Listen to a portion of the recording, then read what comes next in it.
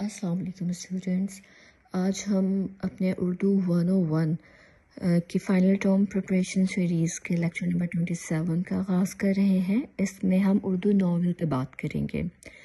ٹھیک ہے، تو اسے سٹارٹ کرتے ہیں کہ اردو ناول کی تاریخ اور ترقی پر نظر ڈالتے ہوئے ہم دیکھ سکتے ہیں کہ یہ صنف اردو ادب میں نسبتاً جدید ہے، جو خاص طور پر 19ویں صدی کے وسط میں ترقی پانے لگی۔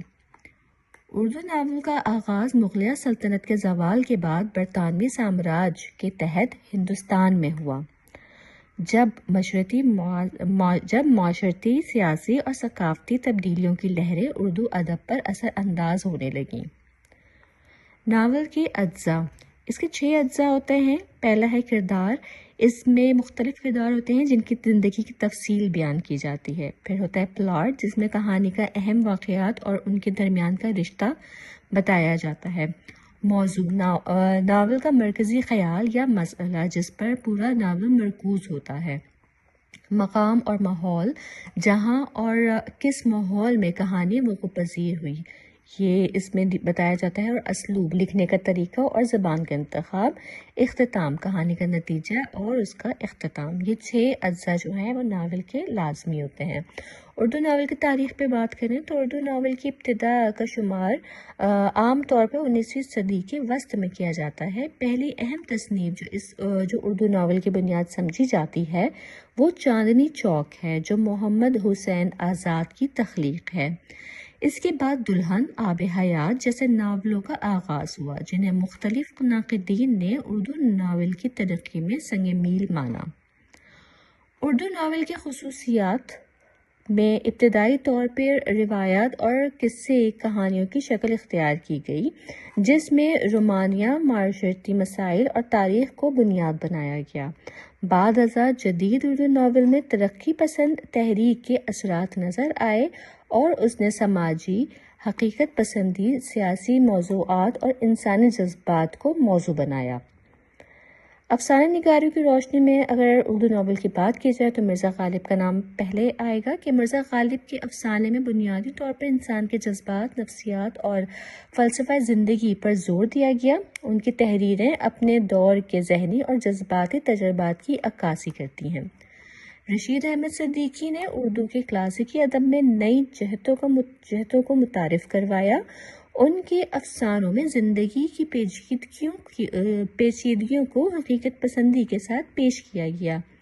ان کے افسانے فرد اور معاشرت کے تعلقات کو گہرائی سے پیش کرتے ہیں۔ قمر الرضا شمس، انہوں نے افسانہ نویسی میں نیا رنگ دیا، جس میں انسانی نفسیات اور سماج کی تبدیلیوں کی عکاسی کی گئی۔ ان کے افسانوں میں معاشرتی اقدار کو پیش کیا گیا، ساتھ ہی انہوں نے انسانی جذبات و افعال پر بھی گہری نظر رکھی۔ داستان اور ناول کا کیا فرق ہوتا ہے، اس پہ ہم بات کرتے ہیں کہ داستان جو ہے وہ عموماً ایک طویل کہانی ہوتی ہے جو مختلف کرداروں اور واقعات پر مشتمل ہوتی ہے۔ داستان میں زیادہ تر افسانوی اور خیالی عناصر ہوتے ہیں۔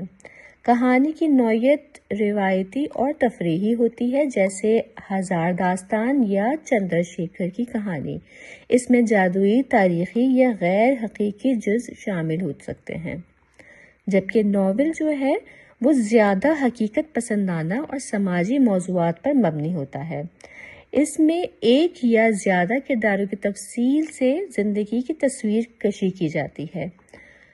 ناول کا مقصد انسانی نفسیات، سماج یا کسی خاص دور کی حقیقت کو سمجھانا اور پیش کرنا ہوتا ہے۔ یہ ایک طویل نثری کہانی ہوتی ہے جو کسی مخصوص موضوع یا مسئلے کی وضاحت کرتی ہے۔ اب اسی میں ہم بات کرتے ہیں افسانوی اور غیر افسانوی ادب کی۔ تو افسانوی ادب وہ ہے جو تخیلات، کہانیوں اور غیر حقیقی کرداروں پر مبنی ہو۔ اس میں کسی بھی قسم کی تفریحی، جذباتی یا رومانوی کہانیاں پیش کی جاتی ہیں۔ اردو میں افسانہ ایک ایسی صنف ہے جس میں تخیلاتی اور ادبی رنگ نمایاں ہوتے ہیں۔ افسانوی ادب کی خاصیت یہ ہے کہ اس میں فکشن کی صورت میں انسان کی حالت زار، جذبات اور تصوراتی دنیا کو دکھایا جاتا ہے، جبکہ غیر افسانوی ادب وہ ہوتا ہے جو حقیقی زندگی، تاریخ، ثقافت یا سماج کی حقیقت کو بیان کرتا ہے۔ اس میں حقیقت کو براہ راست پیش کیا جاتا ہے، جیسے سفر نامے، سوانح عمریاں یا تاریخ و سیاست پر مبنی تحریریں۔ غیر افسانوی ادب میں عام طور پر مستند مواد اور حقیقت کی عکاسی کی جاتی ہے۔ اس میں کبھی کبھی ادبی عناصر بھی ہوتا ہے، لیکن اس کا مقصد تخیلاتی یا فکشن عناصر پیش کرنا نہیں ہوتا۔ مثال کے طور پہ پاکستان کی تاریخ، جو کہ محمود علی خان نے لکھی ہے۔ پھر اس پہ ہم بات کریں گے اردو ناول کا سماجی اور ثقافتی پہلو۔ تو اردو ناول نہ صرف ادب کا حصہ ہے، بلکہ اس میں سماجی اور ثقافتی عناصر کو بھی اجاگر کیا جاتا ہے۔ اردو ناول کے ذریعے اردو ادب میں موجود مختلف سماجی اور ثقافتی مسائل جیسے خواتین کی حالت، طبقاتی فرق، مذہب، سیاست اور معاشرتی تبدیلیوں کو پیش کیا جاتا ہے۔ ان ناولوں نے انسان کی داخلی دنیا اور اس کے جذباتی اور نفسیاتی سفر کو نہ صرف بیان کیا ہے، بلکہ سماجی حقیقت پسندی کی نمائندگی بھی کی ہے۔ مثال کے طور پہ امراؤ جان ادا، جو کہ مرزا ہادی رسوا نے لکھی ہے، اس میں سماجی زندگی اور عورت کے کردار پر روشنی ڈالی گئی ہے۔ اسی طرح ایک اور ہمارے پاس ہے ٹوٹتے تارے، یہ قمر رضا شمس صاحب نے لکھی، جو جدید اور روایتی معاشرت تصورات کے درمیان کشمکش کو پیدا کرتی ہے۔ ان دا اینڈ ہم یہ بتاتے ہیں کہ اردو ناول اور افسانہ نگاری نے اردو ادب میں ایک اہم مقام حاصل کیا ہے۔ افسانوی ادب میں تخیل اور حقیقت کا ایک خوبصورت امتزاج ہے، جو پڑھنے والوں کو ایک دلچسپ دنیا میں لے جاتا ہے۔ دوسری طرف غیر افسانوی ادب میں حقیقت پسندی اور سماجی مسائل کو نمایاں کیا گیا ہے، جو معاشرتی آگاہی پیدا کرنے کا ذریعہ بنتا ہے۔